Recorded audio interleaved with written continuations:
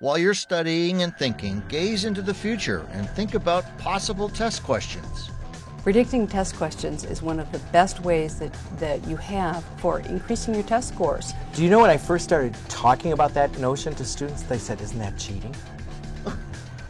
I said, "No. It's thinking like the professor. What does the professor think is important? Okay, how could he test you on that?" You don't need a crystal ball to do this. Are past exams available? They might provide insight. Look through your notes. Think about what the professor emphasized in class, in the assigned readings. Look at the syllabus. Does it contain the course goals and objectives? Look at the course catalog describing the class. For example, here's the description of an American history course at Indiana University. There's a PDF of it on this disc. Read it, and in 10 minutes or so, you'll be able to devise several potential exam questions before the first day of class. Your classmates are another source of potential test questions. Talk to your fellow students, because you could talk about the idea of the test questions and you can get different views. And especially a political science student, when you're writing essays and for exams, you want to get different perspectives, and being in classes with Democrats, Republicans, and independents, you can get different perspectives by just studying with those students, and that definitely helps when it comes to exam time. Whatever the class, get a group of students together. Brainstorm the types of questions that might be on the exam. You're bound to end up with a variety of perspectives on what the questions might be, as well as the answers. Now take a look at Bloom's taxonomy again.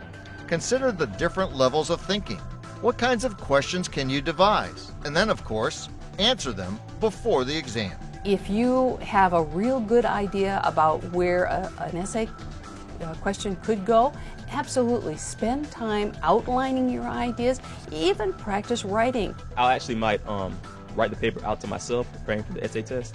And as I write it out, before I write, I'm going to brainstorm. Like any other paper, I'm going to brainstorm it, then I'm going to write it. Sheila Parast, a junior at Kennesaw State University, does the very same thing. I know this is an essay on the test, and so I write it, and this is probably the third time I've written it, and then I do it again until I think I got it right.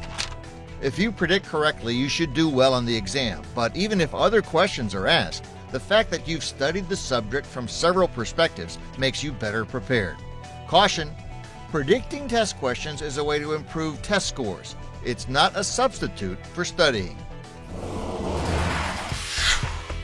Predicting test questions begins with some detective work. Look for clues in past exams and quizzes. What was the professor's emphasis in class and in the reading assignments? Are there clues in the syllabus or in the course catalog? Once you've done that, your next step? Set up a study group. Brainstorm possible questions. Then write the answers. Review Bloom's taxonomy for ideas on how you might be tested.